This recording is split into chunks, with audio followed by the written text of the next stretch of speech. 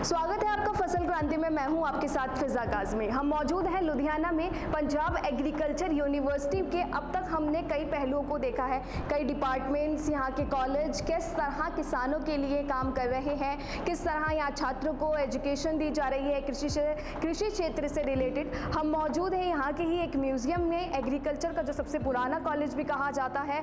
यहाँ पर हम देख रहे हैं कई तरह की किस्में हैं अलग अलग प्रकार की। डॉक्टर BS गिल जी हमें बताएंगे इस म्यूज़ियम की कई खासियत चीज़ों के बारे में। बहुत बहुत स्वागत है आपका फसल क्रांति में। पहले तो आपसे पहला सवाल हमारा यही रहेगा, कौन सी ऐसी नई किस्में हैं? हालांकि किस्में बहुत सारी हैं जिन पर रिसर्च की जा रही होगी, लेकिन कोई मुख्य किस्मों के बारे में आप हमें बताएं।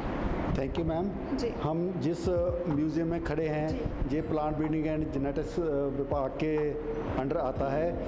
इस जो कॉलेज ऑफ एग्रीकल्चर का हिस्सा है, इस कॉलेज की जो जड़ें हैं वो पाकिस्तान में लैलपुर, जिसे आजकल फैसलाबाद कहा जाता है, वहाँ है।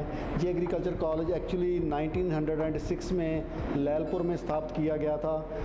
अप टू 47 ये पाकिस्तान में काम करता रहा। पार्टीशन के बाद ये जो एग्रीकल्चर कॉलेज था लुधियाना में शिफ्ट हो गया और उसके बाद ये 1962 में agriculture college Punjab agriculture university में कन्वर्ट कर दिया गया।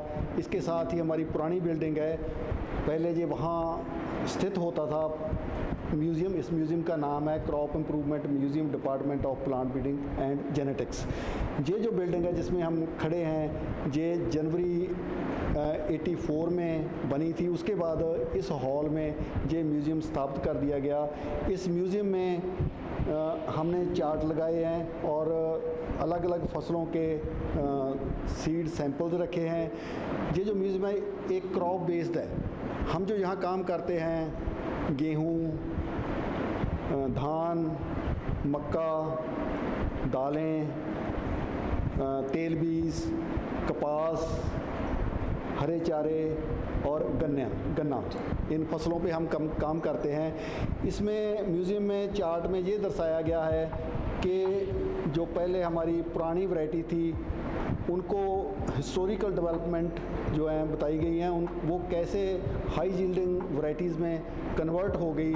प्लांट ब्रीडिंग विभाग ने अब तक मोर देन 350 वैरायटीज़ रिलीज़ की हैं। इसमें ये भी बताया गया कि जो हमारे स्टालवार्ड्स हैं, जैसे गेहूं में चौधरी रामधान सिंह हैं, डॉक्टर NE बोरलॉग हैं, डॉक्टर अथवाल हैं, डॉक्टर खेम सिंह गिल हैं, डॉक्टर GS नंदा हैं, उनकी क्या कंट्रीब्यूशन है। इस म्यूज़ियम में ये भी बताया गया है कि जो हमारी लैंडमार्क वैरायटी हैं जिनको हम मेगा वैरायटीज़ कहते हैं, उनके फीचर्स क्या हैं और आजकल जो हमारी लेटेस्ट वैरायटी हैं जो आजकल फार्मर ग्रो कर रहे हैं उनके बारे में बताया गया है। जैसे आप इनको देखोगे, ये कनक के गेहूं के पेरेंट्स हैं कि कैसे ये कनक पहले आज से मे बी 1000 ईयर बैक कैसी होती थी, अब कैसे हो गई।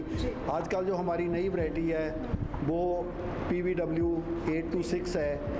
ये हमारी पंजाब, हरियाणा और जो एडजॉइनिंग एरिया उनके लिए रिकमेंडेड है। इसका जो यील्ड है बहुत ज़्यादा है। इसके अलावा हम आजकल जो क्वालिटी ट्रेड्स पे भी काम करते हैं, जैसे बिनो के जो हमारा मेन है वो चपाती के रूप में हम गेहूं को खाते हैं। तो हमने 2 वैरायटी डेवलप की हैं, PBW1 चपाती एंड एक PBW1 जिंक, जिसमें जिंक की जो क्वांटिटी है बहुत ज़्यादा है। इसके अलावा आजकल डिमांड थी कि बहुत से डायबिटीज़ के पेशेंट हैं, उनके लिए हमने निकाली है PBW RS1। इसके बाद नेक्स्ट जो मेन क्रॉप है हमारी वो धान है। धान में डॉक्टर खुश का काम बताया गया है, डॉक्टर सोन सिंह सैनी का काम बताया गया है और जो इन मेगा वैरायटीज़ हैं, लैंडमार्क वैरायटियाँ IR8, IR36 एंड PR106, इनके बारे में बताया गया है।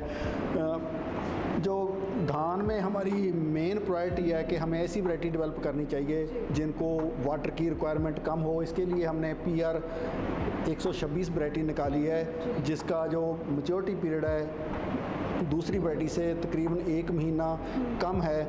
मैच्योरिटी पीरियड कम होने के कारण इसको वाटर की रिक्वायरमेंट काफ़ी कम है। इसके अलावा बासमती पे भी हम काम करते हैं, जिसमें पूसा बासमती 1509 है, पंजाब बासमती 7 है, पंजाब बासमती 5 है। आगे जो मेन फसल आती है वो है मक्का। मक्का में हमने हाइब्रिड डेवलप किए हैं जो जिनका यील्ड बहुत ज़्यादा है। इसके अलावा हमने मक्का में स्पेशल टाइप मक्का की वैरायटी निकाली हैं, जैसे पॉपकॉर्न, पर्ल पॉपकॉर्न है, जहाँ स्वीट कॉर्न है, वो स्पेशल टाइप की वैरायटीज़ हैं। उसके आगे जो दालें हैं हमारी डाइट का मेन कंपोनेंट हैं। दालों में हम मूंगी, माश, अरहर, सोयाबीन, लेंटिल, चिकपी पे काम करते हैं। इसमें सबसे ज़्यादा जो प्रचलित वैरायटी है वो है लैंडमार्क वैरायटी जिसे हम बोलते हैं, वो है SML 668। 668 ये 2 महीने में पकने वाली मूंगी की वैरायटी है। लेकिन आजकल जो सबसे लेटेस्ट वैरायटी है हमारी SML 1827 है। इस करंटली इस बार पंजाब में काफ़ी एरिया SML 1827 के अंडर है। ये भी गर्मी रुत की फसल है और 2 महीने में इसकी फसल तैयार हो जाती है। इसके अलावा माश है, माश में गर्मी रुत में पकने वाले हैं माश 1137 एंड 1008। इसके अलावा माश की दो किस्में और हैं जो मेन खरीफ सीज़न में लगती हैं, माश 883 एंड माश 114। सोयाबीन जो है इसको धान के कंपैरिजन में एक अल्टरनेटिव फसल पे देखा जा रहा है। इसके लिए हमारी जो लेटेस्ट वैरायटी है SL 958 है। इसको वायरस कम लगता है और काफ़ी लोग आजकल इसकी कल्टीवेशन के लिए आगे आ रहे हैं। तो इसके अलावा एक और है हमारी अरहर की वैरायटी है जो AL 882 है, जिसका जो हाइट है वो कम है। हम जानते हैं कि अरहर की हाइट ज़्यादा होने के कारण स्प्रे मुश्किल होती है। इस वैरायटी की हाइट कम होने के कारण जो स्प्रे है वो इजी रहती है। उसके बाद सर्दी रुत की फसलें आती हैं जिसमें मटर है, पकामे मटर हैं। इसके लिए हमने IPFD 12-2 वैरायटी निकाली है।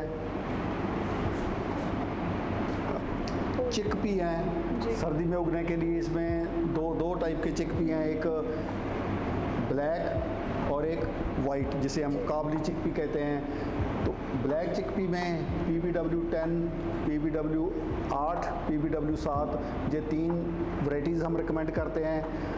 काबली चिकपी में हमारी एक वैरायटी है L 552। 2 वैरायटीज़ हैं हमारी। इसमें जो पहली वैरायटी है LL 1373 है और दूसरी वैरायटी है LL 931 है। जो ये LL 1373 है, इसके जो सीड्स हैं काफ़ी बोल्ड हैं। जो लोग इसका लेंटिल के बोल्ड सीड पसंद करते हैं। उसके बाद आता है तेल बीज। तेल बीज में जो हमारा मेन एम्फेसिस है वो है कनोला टाइप वैरायटीज़। कनोला का मतलब ये होता है कि जो आम सरसों होती है उसमें 2 कंपोनेंट होते हैं, एक अरूसिक एसिड होता है, एक ग्लूकोसिनोलेट होता है। जो अरूसिक एसिड है ये ह्यूमन हेल्थ के लिए अच्छा नहीं है। जो ग्लूकोसिनोलेट है जो खल बच जाती है वो एनिमल खाते हैं, एनिमल के लिए अच्छा नहीं है। जो कनोला टाइप वैरायटीज़ हैं इसमें दोनों ही कंपोनेंट, जो अरूसिक एसिड है उसकी मिकदार को भी हमने 0 कर दिया है और जो ग्लूकोसिनोलेट है उसको भी 0 कर दिया है। इसके अलावा ऑयल सीड में सनफ्लावर के हाइब्रिड्स रिकमेंड किए गए हैं। सनफ्लावर के बाद जो नेक्स्ट क्रॉप सदर्न पंजाब है उसमें कॉटन का एरिया है। कॉटन में हमारी एक लैंडमार्क वैरायटी होती थी F414, बहुत अच्छी वैरायटी थी। सो इसके फीचर्स दिए गए हैं। कॉटन के स्टालवार्ट हैं जो सरदार बहादुर सरदार लाभ सिंह, इन्होंने 1932 में एक वैरायटी निकाली थी LSS, जिसको हम लाभ सिंह सिलेक्शन बोलते हैं। और ये तकरीबन 50 साल तक ये वैरायटी कॉटन में चलती रही, तो इनकी कंट्रीब्यूशन कॉटन में बहुत ज़्यादा है। आजकल मेन जो सभी कॉटन के BT कॉटन हाइब्रिड हैं, तो बीनो के BT कॉटन हाइब्रिड का सीड फार्मर को हर साल नया लेना पड़ता है, लेकिन PAU में जो BT कॉटन की 3 किस्में निकाली हैं, जिसे BT1, BT2, BT3 का नाम दिया गया है। इन वैरायटी का जो सीड है किसान खुद पैदा कर सकते हैं और उनको हर साल सीड नया लेने की ज़रूरत नहीं है। इधर आ जाइए। तो पंजाब में जो हर मेन जो है एग्रीकल्चर फैमिलीज़ एग्रीकल्चर करती हैं, जो एग्रीकल्चर करता है उनके पास एनिमल भी रहते हैं। एनिमल के लिए हमें फॉडर की ज़रूरत है। फॉडर में हमने जो गर्मी रुत वाले फॉडर हैं उसमें बाजरा, ज्वार, चरी उस पे काम करते हैं, और जो सर्दी रुत वाले हैं मेन उसमें बरसीम, जवी, ओट्स बोलते हैं इंग्लिश में, तो इनकी वैरायटीज़ लिस्ट की गई हैं। जो लास्ट में इस म्यूज़ियम में डिस्प्ले किया गया है वो है गन्ना, शुगर केन। शुगर केन आजकल हम जानते हैं कि जो शुगर है, चीनी है, उसको ड्यू टू हेल्थ लोग कम प्रेफर करते हैं, लेकिन गुड़ को लाइक करते हैं। गुड़ के बनाने के लिए हमने जो वैरायटी हैं वो रिकमेंड की हुई हैं, जिनका गुड़ है जो लाइट कलर का बनता है, अच्छा बनता है। और शक्कर के लिए स्पेशल टाइप की वैरायटीज़ दी गई हैं। और जूस, आजकल जूस भी लोग लाइक करते हैं, जूस के लिए भी हमने अलग वैरायटी निकाली हुई है। So thank you madam. जी बहुत बहुत शुक्रिया। बहुत ही कम समय में सर ने हमें अलग अलग वैरायटीज़ के बारे में बताया, कौन कौन सी वैरायटीज़ हैं या फिर वो कौन सी वैरायटीज़ हैं जिसका चलन है और जिस पर काम भी लगातार किया जा रहा है। कृषि से संबंधित और भी तमाम जानकारियाँ आप तक ऐसे ही पहुँचाते रहेंगे। आप जुड़े रहिए फसल क्रांति के साथ।